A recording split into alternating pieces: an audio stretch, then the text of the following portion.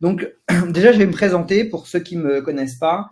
Je suis Benjamin Gabé, j'ai cofondé Germinal. Hugo, je sais que tu le sais.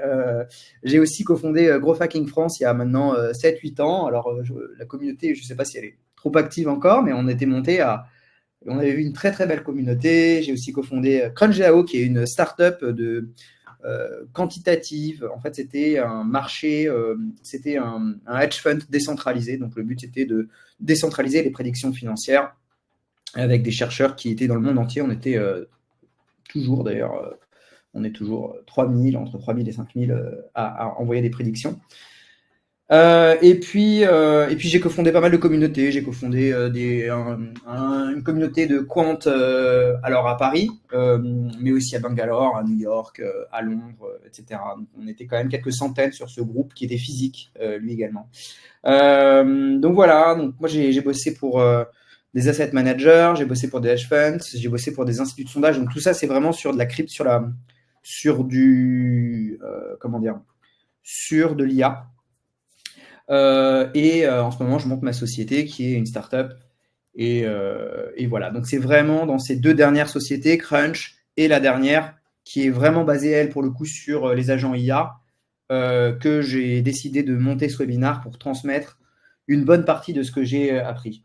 À côté de ça, je donne pas mal de cours. Je donne des cours à HEC, je donne des cours à SCP, au Pont. J'ai fait Dauphine. Enfin, j'ai donné des cours également à Dauphine.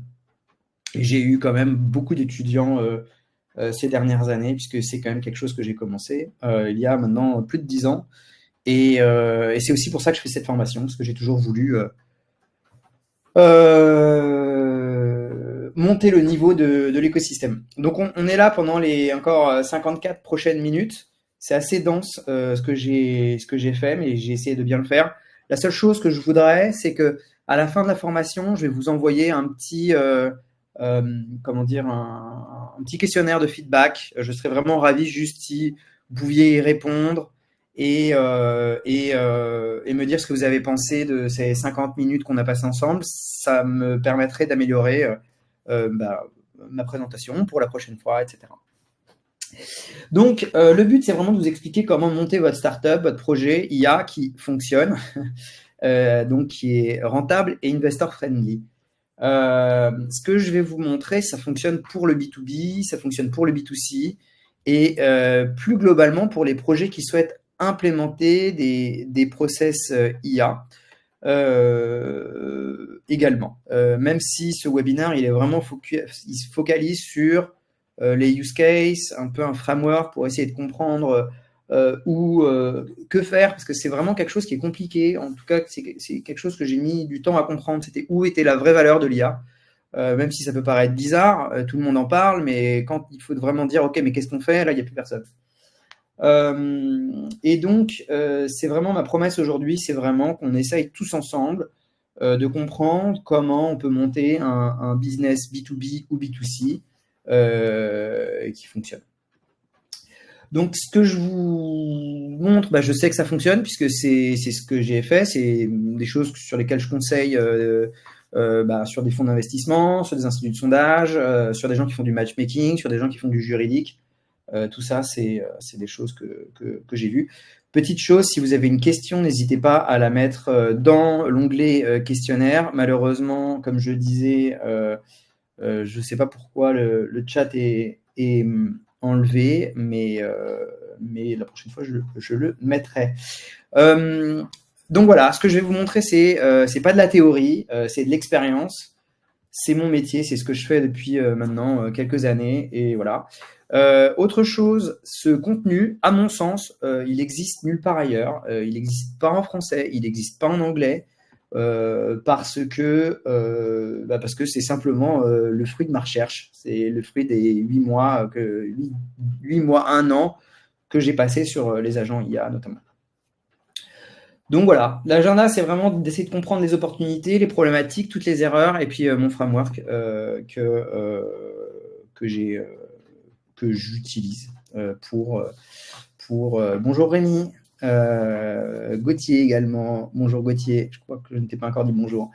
Voilà, donc voilà, le but c'est vraiment de passer ces quelques minutes ensemble pour pour découvrir toutes les opportunités. Alors, quand on parle d'opportunités, je vais vous montrer un premier screen, moi, qui m'a un peu stupéfait. Ah non, c'est pas celui-là, c'est l'autre. Alors, on va y arriver. Juste 2-3 choses sur le marché VC aujourd'hui. On assiste à une explosion des investissements en générative AI, notamment, donc ça c'est un graphe qui date de 2023, mais même si on regarde en 2024, on a une croissance relativement fulgurante des investissements IA chez les investisseurs, énorme, mais énorme. Et je vais vous le prouver. Voilà. Donc ça, c'est ce que je reçois dans ma boîte aux lettres tous les jours. Donc en fait, là, ce que je vous montre, c'est voilà. Donc là, c'est quand j'avais fait la présentation. Hein, vous voyez, 15 janvier, 20 janvier, 14 janvier, 15 janvier, 29 janvier, 13 janvier. Et voilà, on est en 25 février. Donc imaginez un petit peu ce qu'on reçoit quand on monte un projet. Quand on monte un projet IA, c'est juste gigantesque. Il n'y a pas de produit aujourd'hui. Il n'y a personne qui a des vrais projets qui sont legit.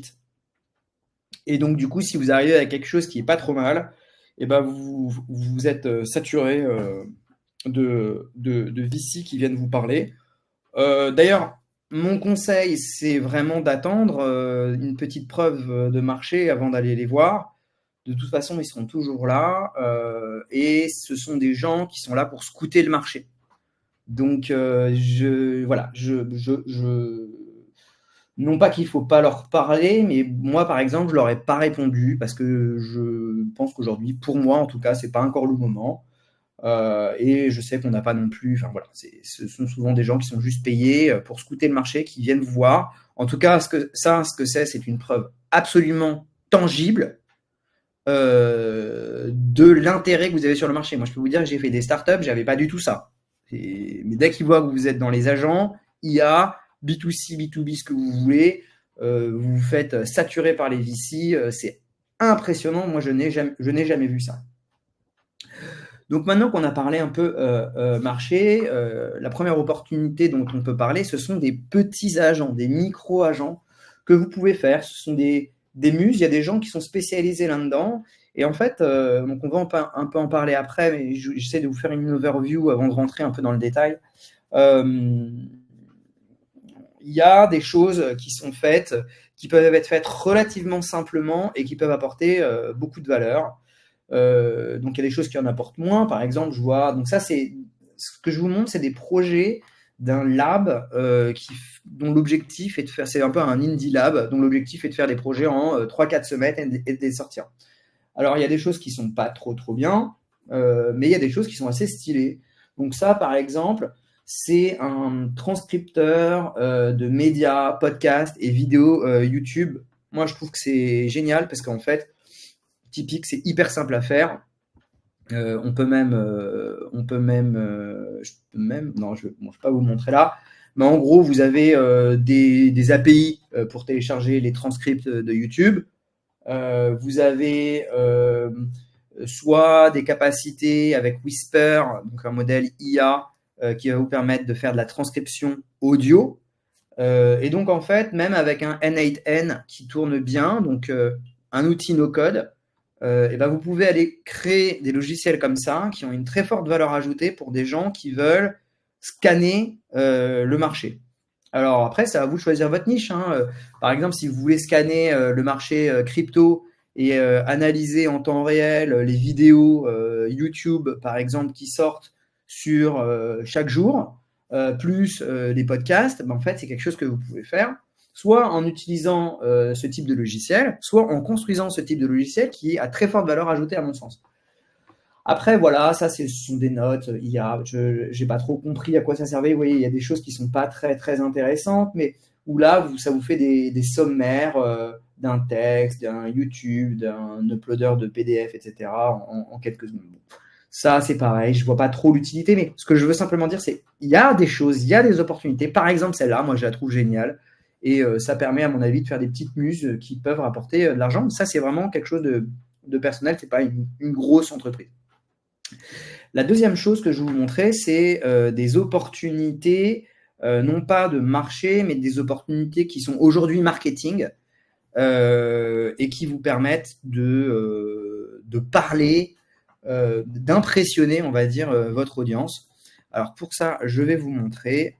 Je vais essayer de partager mon écran. Alors attendez, hop. Je vais désactiver le partage de l'écran et je vais vous montrer ceci. Donc, voilà. Donc là, normalement, vous voyez mon écran et en fait, ce que c'est un avatar qui est ultra réaliste, qui deviendra encore plus réaliste probablement dans 1 an et avec lequel vous pouvez chatter. Donc, par exemple, voilà, je vous montre. Join call. Je ne sais pas si vous avez chez vous. Vous allez voir que ça fonctionne. Vous allez voir que on peut parler en fait à cet avatar. That's an interesting phrase. Can you tell me what it means or where you heard it? How do I look like? You look like a pretty laid-back guy. I see you're wearing a green button-down shirt over a black t-shirt, and you're sitting in a black gaming chair. You seem to be really into whatever you're talking about, gesturing with your hands and all. Voilà, donc là, ce que je vous ai montré, c'est un avatar IA qui est capable de vous parler en temps réel, mais qui accède aussi à la vision. Donc en fait, il est capable de me décrire moi-même. Donc si je lui montre une tasse, il va me dire que je lui montre une tasse. On pourra revenir sur comment ça fonctionne après. Ce sont des solutions que vous pouvez aussi bâtir vous-même. Hein. C'est pas si compliqué d'aller demander à une caméra de vous décrire. Les modèles existent aujourd'hui, vous pouvez le faire. D'ailleurs, moi, je le fais dans le cadre de mon projet. Ok, on avance. Donc ça, c'était la première chose que je voulais montrer pour vous dire que ces projets IA, ils sont pas forcément que sur les verticales, mais ils sont aussi sur des opportunités marketing. Alors, cet outil que je vous ai montré, il coûte un peu cher. On est sur du 34 centimes la minute. Mais faut voir ce que ça vous amène. Alors, vous avez compris ce que ça veut dire pour le futur. Ce que ça veut dire, c'est que vos agents, comment dire, vos agents, on va dire, de vente, vos sales pourront être des avatarias, vous pourrez accueillir avec des avatarias, etc.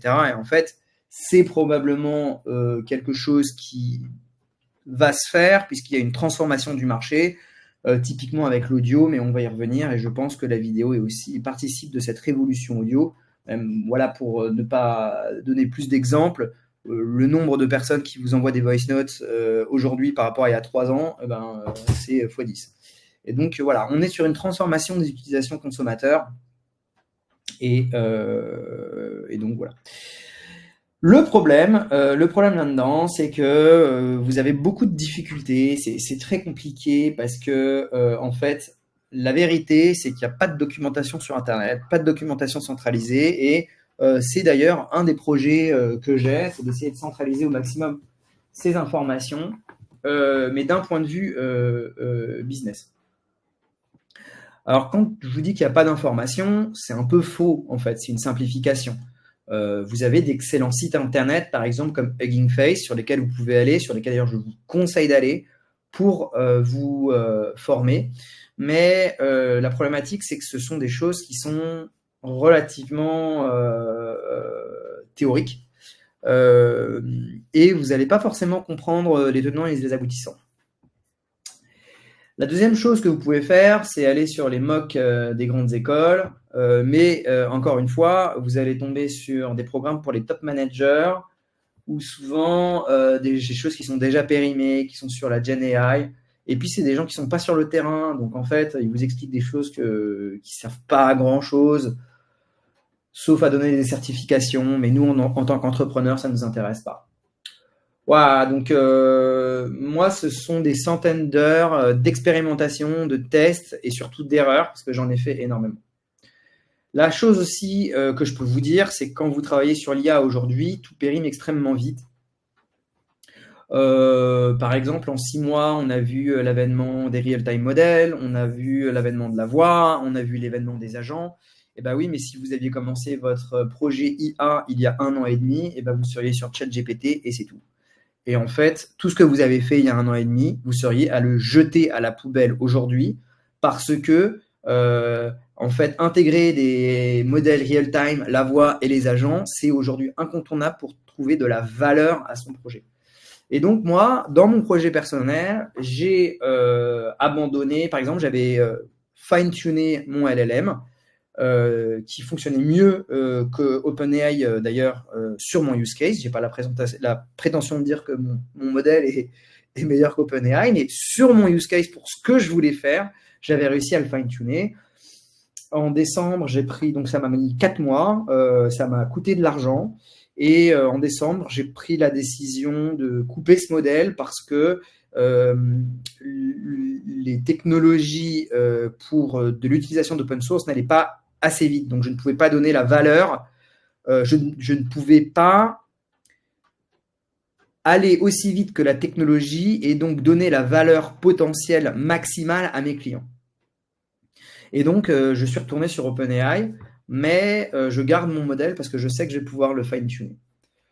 Donc voilà, j'ai perdu des mois de travail, j'ai abandonné des features que j'ai mis 4 mois à créer, comme je vous l'ai dit, parce que je me faisais aussi doubler par ChatGPT, parce que les fine-tune modèles, c'est bien, mais en fait, les modèles deviennent tellement bons que si vous ajustez le prompt super bien, vous n'avez pas à modifier les paramètres. Donc c'est fine-tuné. Quand je dis fine-tuner, c'est vraiment aller entraîner un modèle avec ses propres données pour lui faire faire ce que vous voulez faire. Et en fait, les modèles aujourd'hui sont tellement bien faits que souvent, pas tout le temps, en fait, on peut obtenir presque la même chose juste en travaillant un prompt et en lui donnant des exemples. Ça s'appelle du few-shot prompting. Voilà. Alors, on arrive avec le framework que moi j'utilise, en tout cas, pour essayer de découvrir des produits et aussi pour aider les gens au stade dans lequel ils sont dans leur projet. Voilà. Donc, le but, c'est de savoir ce que vous voulez faire. Donc, moi, là, ce que j'ai fait, c'est que j'ai fait un tableau qui analyse la valeur fonctionnelle, la valeur économique et la facilité de mise en place, avec des stades bien, mieux et excellent. En fait, quand je dis bien, mieux, excellent, c'est pas forcément bien, mieux, excellent, ça dépend de ce que vous voulez faire et de votre projet. Par exemple, si vous voulez moderniser votre société, ces 2 stades sont bien. Donc le premier stade, c'est de l'utilisation d'IA générative qui va permettre d'accroître la productivité avec une facilité de mise en place hyper améliorée. Typiquement, juste se former à ChatGPT, former quelqu'un pendant 1 heure ou 2 à ChatGPT pour lui expliquer vraiment comment ça marche.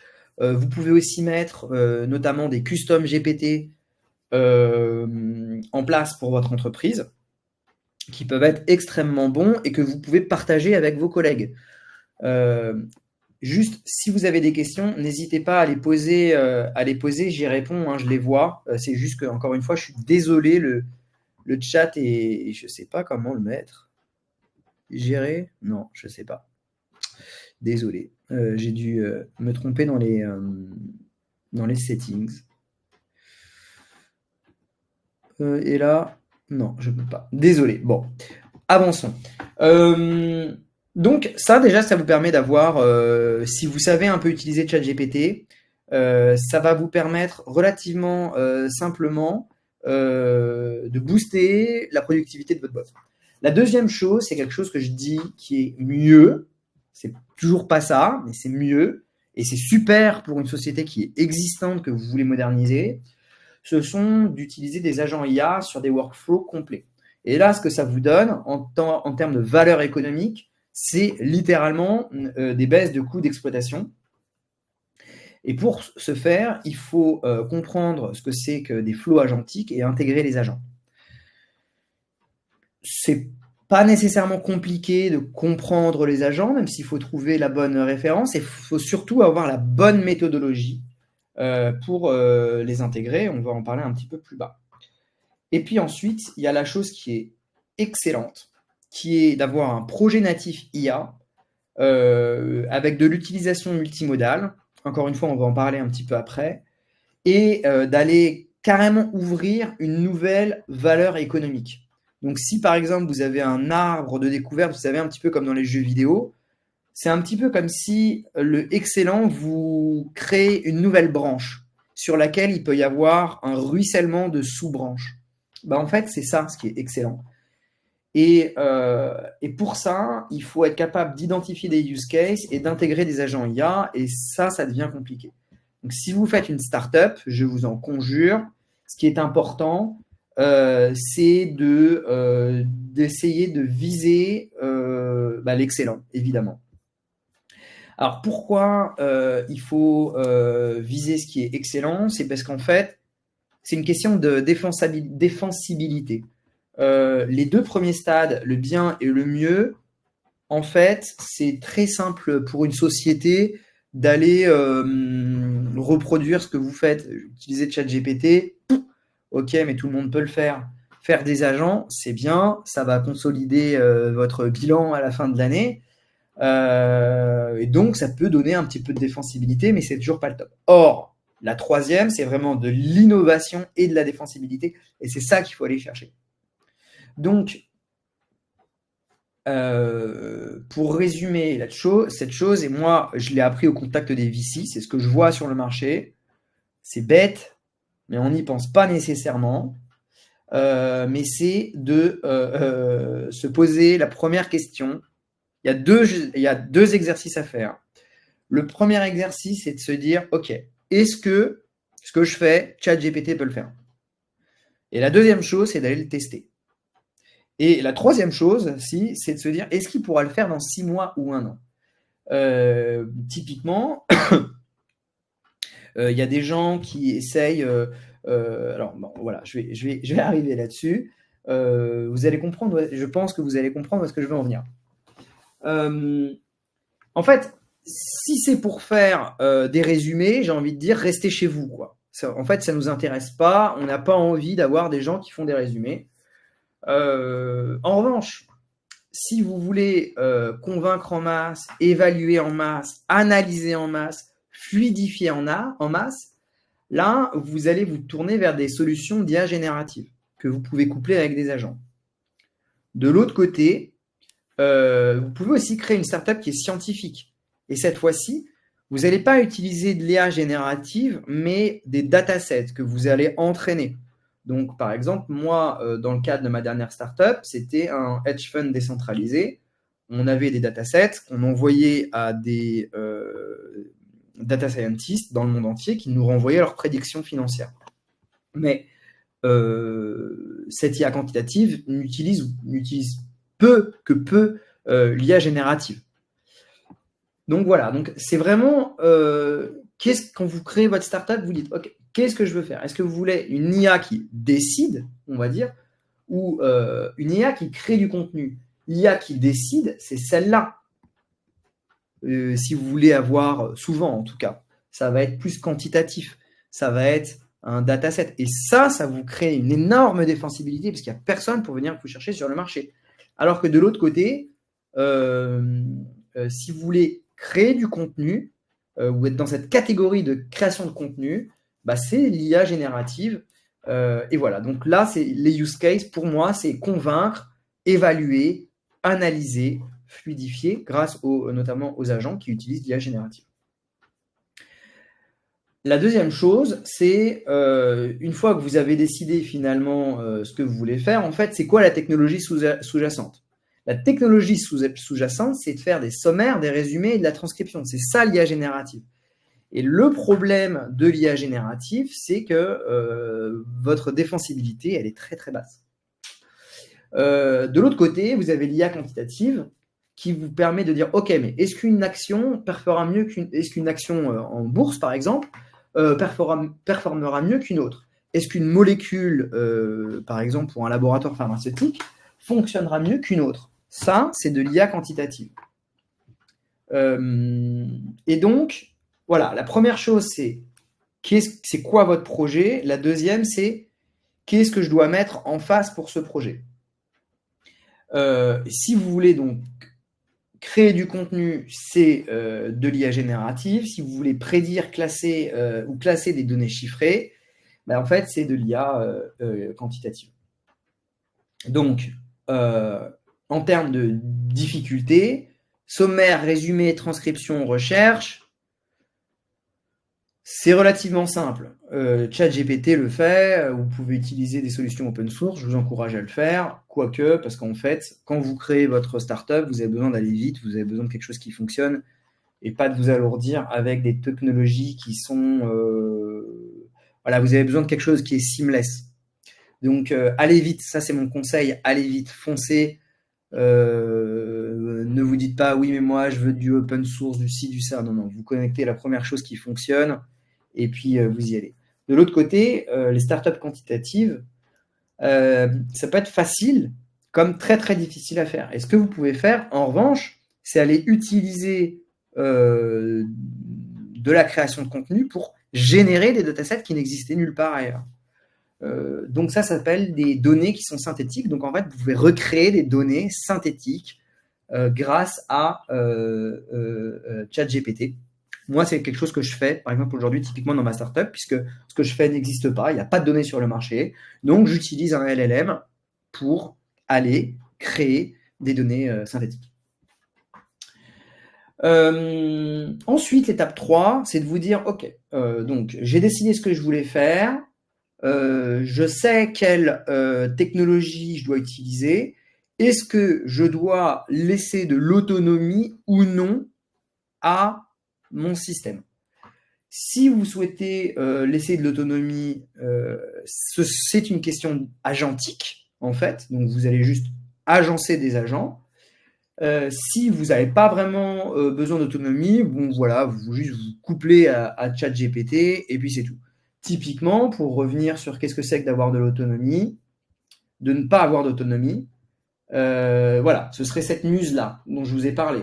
Transcrire, faire des sommaires, créer du contenu social, depuis des podcasts ou des vidéos YouTube. Ça, il n'y a pas besoin de réflexion. En revanche, dès que vous arrivez sur des use cases un peu plus complexes, qui demandent des nœuds de réflexion, qui demandent au LLM de réfléchir, vous êtes sur des flows agentiques. Voilà, donc c'est ce que je dis, les agents IA permettent notamment en fait au LLM de réfléchir. Donc pour vous présenter un agent IA typiquement simple, qui est, pour le coup, je pense celui-là utile, vous allez avoir, par exemple, une personne qui va poser une question à un système. Ce système va aller chercher dans une base de données, qu'on appelle RAG, des réponses potentielles, une base de données de réponses. Il va sélectionner la meilleure réponse, la renvoyer au LLM. Le LLM va essayer de comprendre si cette réponse qui provient donc de cette base de données est pertinente. Si elle est pertinente, elle va renvoyer la réponse. Si elle n'est pas pertinente, elle peut le faire escalader par exemple à un humain. Voilà, ça c'est un agent IA très très basique. Alors, je voudrais vous montrer quelque chose que j'ai fait, un petit projet que j'ai fait. Peut-être que vous l'avez vu passer hier sur Internet, puisque je l'ai envoyé, je l'ai mis sur LinkedIn, hein, tout simplement. Mais c'est... hop, désolé. Touc, je suis en train de l'ouvrir. C'est quelque chose qui fonctionne relativement bien, que j'ai fait grâce, par exemple, typiquement à la technologie que j'ai bâtie. Et donc, une fois qu'on a la techno, bah, en fait, c'est des choses qu'on peut faire en en quelques minutes. Alors, attendez, je vais désactiver mon écran et je vais lancer le système. J'en ai pour 5 secondes. Alors, c'est une démo live. Donc, évidemment, théoriquement, ça ne doit pas marcher, mais on va quand même essayer de le faire. Alors, hop. Je suis en train de démarrer le système. Hop. Parfait. Hop. OK. OK. Alors, hop.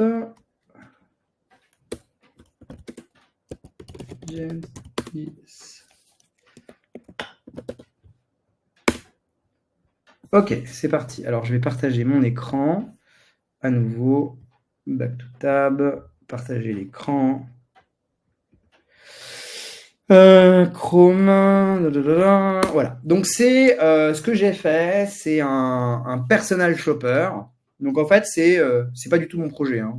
Si vous cherchez, c'est pas du tout ça. Mais je trouvais que c'était. Je me suis réveillé samedi dernier avec cette idée. Je me suis dit, tiens, je vais le faire. Et du coup, je l'ai fait pendant le week-end. Voilà. Donc, c'est une journée de travail, sans compter la techno bâtie derrière, évidemment. Mais après, le calibrage, voilà, c'est des choses qui fonctionnent. Donc là, ce que j'ai créé, c'est un agent qui vous permet d'accueillir des gens sur un e-commerce ou potentiellement dans le futur d'aller vendre n'importe quoi et avec un flux audio. Alors, je regarde juste. Si vous avez des questions, hein, surtout n'hésitez pas, j'y réponds. Donc là, c'est parti. Bonjour et bienvenue. Comment puis-je vous aider? Bonjour, voilà, je voudrais offrir un cadeau à ma femme. C'est une belle attention. Que recherchez-vous comme type de cadeau? Cela peut être un vêtement, un bijou ou autre chose. Et est-ce pour une occasion particulière? C'est pas pour une occasion particulière, non, c'est juste pour offrir. Et oui, un vêtement, ça pourrait être bien. Parfait. Vous avez une idée du type de vêtement que vous aimeriez offrir? Par exemple, une robe, une chemise, un pull? Avez-vous également une idée de la taille ou des couleurs qu'elle préfère? Cela m'aidera à vous proposer quelque chose qui lui plaira sûrement. Je voudrais une robe. Très bien, une robe serait un beau cadeau. Connaissez-vous sa taille et avez-vous une préférence pour une couleur ou un style en particulier? Cela m'aidera à trouver la robe parfaite pour elle. Non, pas de style en particulier, mais un 34 par exemple, ce serait bien. Je vous propose la robe Belma, une robe longue imprimée en taille 34. Elle a un style décontracté et raffiné, idéal pour de nombreuses occasions. Donc voilà, typiquement, je suis content parce que ça, ça a fonctionné. Il y a pas eu, ça n'a pas planté pendant la démo, mais typiquement, voilà, c'est des choses que vous pouvez faire, que vous pouvez créer vous-même, que vous pouvez créer vous-même. Donc en fait, ça va vite. Hein. Une fois que vous savez comment faire, ça va vite. Voilà. Alors, il y a des outils qui vont arriver d'ici 6 à 8 mois qui font ce que je fais. Mais le problème, en fait, c'est qu'il faut aller plus vite que ça, parce que dans 6 à 8 mois, les gens comme moi, ils auront déjà avancé. Et donc, je pense que le jour où il y aura ces logiciels qui seront sur Internet, ce sera déjà probablement trop tard. Voilà. Alors, on avance. Donc, en fait, c'est assez intéressant la période dans laquelle on est. Ça, c'est mes réflexions personnelles, où finalement, on assiste à un changement de business model, puisque en 2010, on avait Facebook dont le but était de scraper les données, et c'était en fait comme ça qu'ils faisaient leur beurre. Plus ils avaient de données, plus ils pouvaient faire de la pub précise, plus ils pouvaient faire de la pub précise, plus ils étaient capables de vous targeter et que vous alliez acheter des choses. Enfin bref, ça leur générait du revenu. Aujourd'hui, en fait, l'objectif d'un OpenAI, c'est pas d'aller prendre vos données. En fait, il les a déjà, il a déjà scanné tout le web, donc j'ai envie de vous dire. Non, c'est d'aller scraper votre savoir-faire. Et toutes les personnes qui font des agents, en fait, doivent essayer de comprendre comment scraper un savoir-faire, comment transcrire un savoir en flow agentique. Et là, vous allez arriver sur 2 étapes. La première, ça va être de mapper un process, exactement finalement comme on a fait de la transformation numérique. Et ensuite, vous allez voir que ça ne marchera pas et vous allez le remapper pour le configurer à votre client. Ça, c'est quelque chose dont on ne va pas parler pendant ce cours parce que c'est plus méthodique. Mais voilà. Alors, sur les use cases. En fait, le but aujourd'hui, c'est d'aller choper des verticales qui permettent de faire des revenus incrémentaux. J'ai longtemps réfléchi au cas. J'ai parlé à des professeurs, j'ai parlé à des consultants, et je suis allé sur YouTube, je pense comme tout le monde. Alors, sur YouTube, vous trouvez des prépubères qui vous expliquent qu'ils ne travaillent plus grâce aux agents IA. J'aimerais bien voir. La deuxième chose, c'est que les professeurs, eux, ils vont s'intéresser au contenu et ils vont voir ce qui se fait. C'est très intéressant de parler avec eux. Et ensuite, vous avez les consultants qui sont payés 1500 boules la journée, qui ne savent pas en fait ce que c'est qu'IA, ou qui ont le sentiment de savoir ce que c'est, et qui vous disent, moi-même pour avoir de toute façon parlé avec eux, ils vous disent, il n'y a pas de use case. En fait, le use case n'existe pas. Et pourquoi il n'y a pas de use case? Soit parce que en fait, c'est de l'amélioration de process dans votre entreprise, donc en fait, c'est pas vraiment un use case, c'est juste vous allez prendre une micro-action à l'intérieur de votre entreprise et vous allez l'automatiser, on va dire l'agentiser aujourd'hui. Soit en fait, vous créez un business qui ne pouvait pas exister avant, grâce notamment au fait que vous avez quelqu'un qui peut vous parler. Donc, par exemple, là, dans le personal shopper que je vous ai montré, l'agent e-commerce, ce qui est super cool là-dedans, c'est que c'est un nouveau use case, en fait. C'est une nouvelle manière de faire, une nouvelle manière d'interagir avec un consommateur qui n'existait pas avant. Et donc, en fait, ça ne peut pas être imaginé par des consultants si on ne leur a pas déjà donné l'idée. Ça n'est pas possible, c'est notre boulot en tant qu'entrepreneur. Voilà. Alors, donc c'est ce que je dis. Hein. C'est du revenu incrémental. En fait, il faut chercher des nouveaux use cases. Et en plus, c'est super défendable en termes de... Enfin, si vous faites ça, vous créez une branche d'innovation en fait sur votre... Là, sur le personal shopper, moi d'ailleurs, s'il y a des gens qui sont intéressés, je cherche des gens pour aller mettre... j'ai pas le temps de m'en occuper full time, mais voilà, si vous êtes dev et que vous voulez vous y intéresser, venez me parler parce que ça me fait mal au cœur de devoir lâcher l'affaire. La deuxième chose que vous devez faire, c'est identifier une valeur fonctionnelle. Donc, c'est quel workflow automatisé, quels sont les besoins du client. Et puis, il faut éviter les applications qui sont facilement commoditisables. Je ne sais pas si c'est français. Enfin, qui sont des commodités.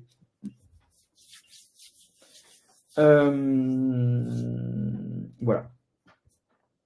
Alors, l'autre jour, ce qu'on a vu sur Internet, c'est le CEO de Microsoft nous dire les SaaS sont morts. Et il dit les agents vont remplacer tous les softwares. Alors, il y a deux choses que je peux vous dire là-dessus. C'est un, il n'a pas vraiment dit les SaaS sont morts.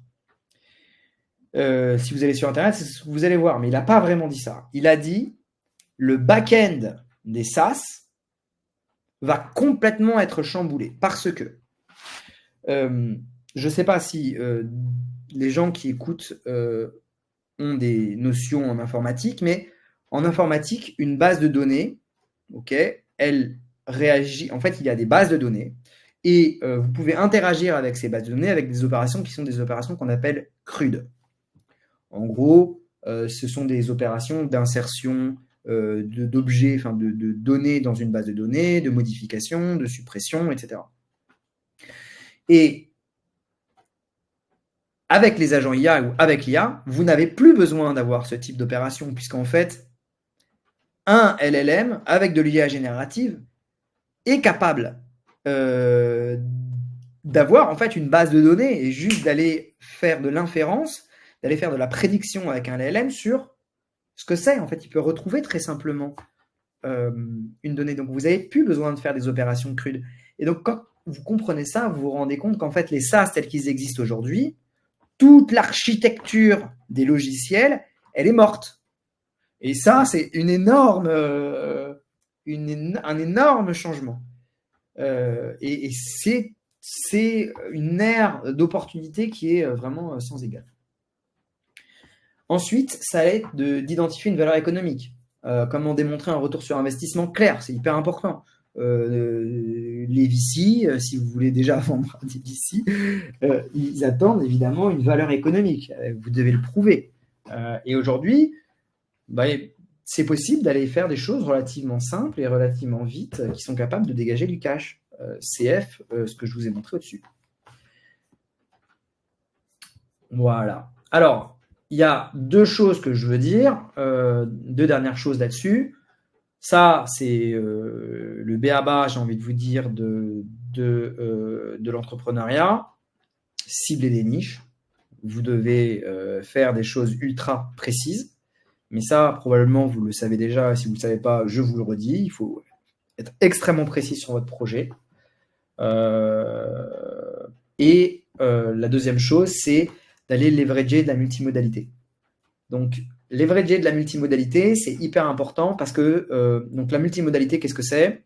C'est la possibilité d'aller dialoguer avec un LLM et que ce LLM vous analyse ce que vous voulez en temps réel. Donc, j'ai un exemple de multimodalité, par exemple, qui est hyper cool, que j'adore énormément, qui n'est pas très AI Act friendly.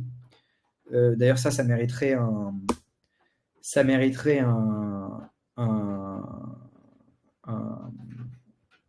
webinar juste pour ça. Donc là, ce que je vais vous montrer, par exemple, c'est une IA qui est capable d'analyser les émotions en temps réel. Donc en fait, ce qu'elle fait, c'est qu'elle va capter des biomarqueurs, par exemple. Voilà. Bonjour. Alors normalement, mais peut-être que...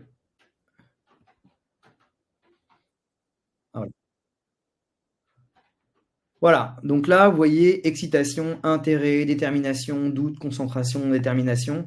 Donc vous pouvez aussi avoir... en fait, elle analyse chaque phrase que vous dites et elle essaye de la jauger. Donc ça, c'est de l'extraction typiquement de biomarqueurs. C'est hyper puissant et ça permet, voilà, j'essaye de vous ouvrir un petit peu les chakras pour comprendre, pour que vous compreniez ce que vous pouvez faire avec de l'IA. Voilà, on revient. Donc, la niche et la multimodalité. Il faut que je ferme, désolé. Hop. Voilà. Donc, l'IA et la multimodalité, ce sont des choses qui sont hyper importantes. Donc, vous voyez ici, vous allez avoir une conversation. Et derrière, vous pouvez enrichir, par exemple, des datasets avec ça.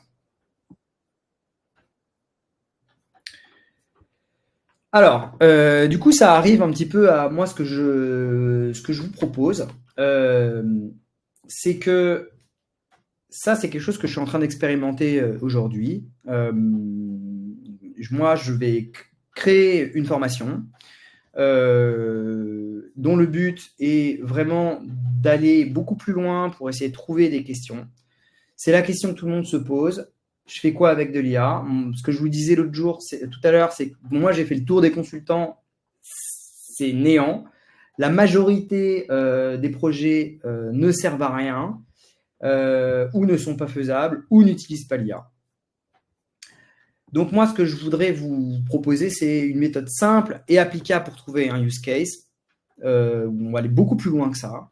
Un guide détaillé des use cases et puis des choses à intégrer obligatoirement à votre projet pour pas que vous perdiez du temps. Ensuite, la deuxième chose sur laquelle j'aimerais avancer avec vous, c'est comment créer concrètement des agents IA. Et quand je vous parle de créer des agents IA, le but, c'est de vous rendre capable de créer des agents IA no-code, mais puissants. Et quand je vous dis no-code, ce n'est pas du Zapier. Zapier, ça ne sert à rien. Passez votre chemin si vous voulez faire des agents IA avec no-code, mais qui sont applicables directement à votre business. De leverager de l'IA multimodale et de déployer des agents qui sont complexes. Donc vraiment, le but, c'est vraiment que vous soyez capable de comprendre tout l'écosystème dans lequel vous évoluez. Et quand je dis ça, moi, ce que je vois, c'est qu'il y a beaucoup de problématiques en fait chez les gens pour comprendre les concepts. Vous allez voir des gens qui vous disent, qui vous parlent de RAG, de fine-tuning, de machine learning, de causalité. D'ailleurs, on n'en a pas parlé de la causalité, mais c'est une thématique que j'aimerais aborder.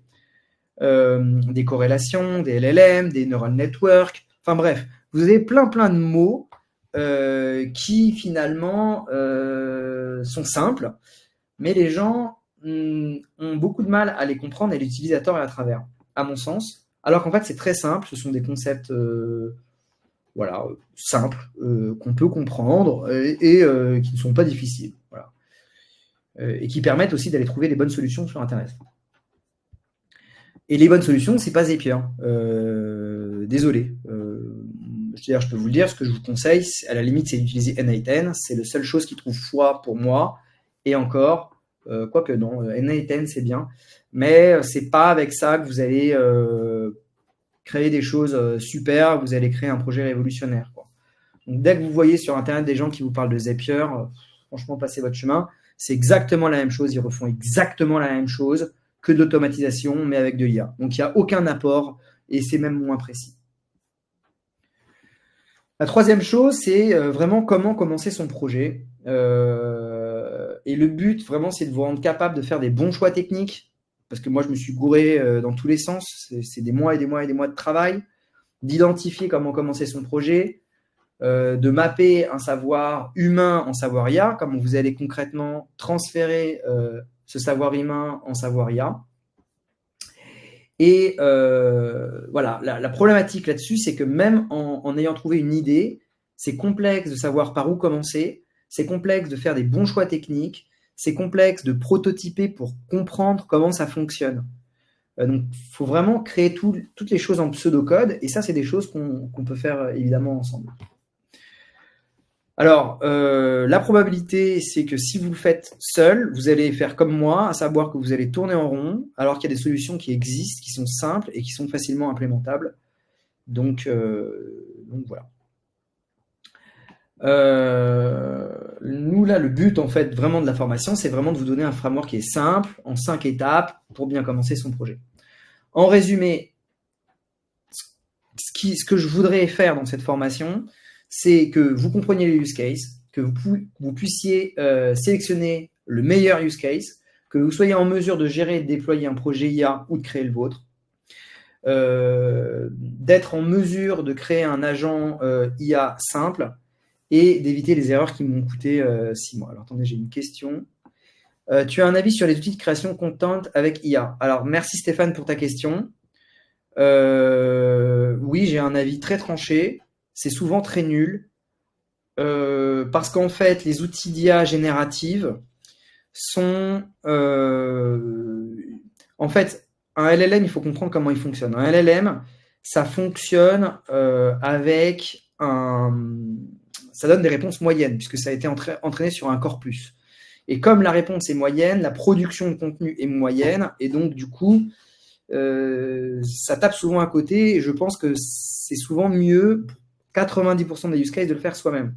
Lorsqu'on doit générer du contenu, en fait, ça prend énormément de temps. Alors, vous pouvez le productiser, ça c'est vrai, quand vous avez réussi à le faire, ça marche très bien. Mais d'ailleurs, c'est un des objets de la formation, c'est vraiment de comprendre comment trouver de la performance dans la création de contenu. Parce que c'est quelque chose de très compliqué. Moi, mon application que je suis en train de créer, elle utilise beaucoup d'IA générative, mais elle nous fait beaucoup de choses qui sont très grossières et qui ne sont pas au niveau. Donc voilà ma réponse pour toi là-dessus. Donc voilà. La raison pour laquelle je suis en mesure de vous en parler, c'est parce que je le vis depuis des années, et notamment que ça fait un an que je travaille à fond sur les agents IA. Et voilà. Donc normalement, tout ça, c'est des choses qui coûtent cher. Allez les chercher sur Internet, vous allez voir, ça coûte très cher. Évidemment, c'est pas des choses que j'ai envie de faire. Mon but, c'est vraiment d'améliorer le niveau de l'écosystème. Il y a des formations qui existent, mais elles sont soit trop techniques. Allez sur Hugging Face, allez regarder sur Hugging Face, je vous en prie. Vous allez voir, le contenu est super, mais il est trop technique à mon sens pour des gens qui commencent. Soit trop high level, parce que voilà. Donc par exemple, pour vous donner, si vous allez sur YouTube, voilà ce que vous allez avoir. Alors super. Alors, fine-tuner des agents, on fine-tune pas vraiment des agents. Master prompt engineering en 50 minutes. Enfin, tout ça, c'est en fait, c'est des choses qui sont très mauvaises. Vous pouvez aller regarder sur YouTube. Allez-y, faites-vous plaisir. Hugging Face, vous allez trouver des choses comme ça. Voilà. Donc, c'est des cours. Par exemple, sur les agents IA de Hugging Face. Ouais, c'est compliqué. L'INSEAD, ça va vous coûter 11 000 boules. Donc, c'est vraiment quelque chose qui coûte très cher. Et c'est pour des exécutifs. Donc, c'est compliqué. Alors que aujourd'hui, vous avez plein de gens qui s'intéressent à ce que vous voulez faire. Donc, moi, ce que je vous conseille vraiment, c'est d'y aller. C'est pas quelque chose qui va durer tout le temps. Donc, c'est maintenant qu'il faut le faire. Je pense qu'il y a une fenêtre d'opportunité sur les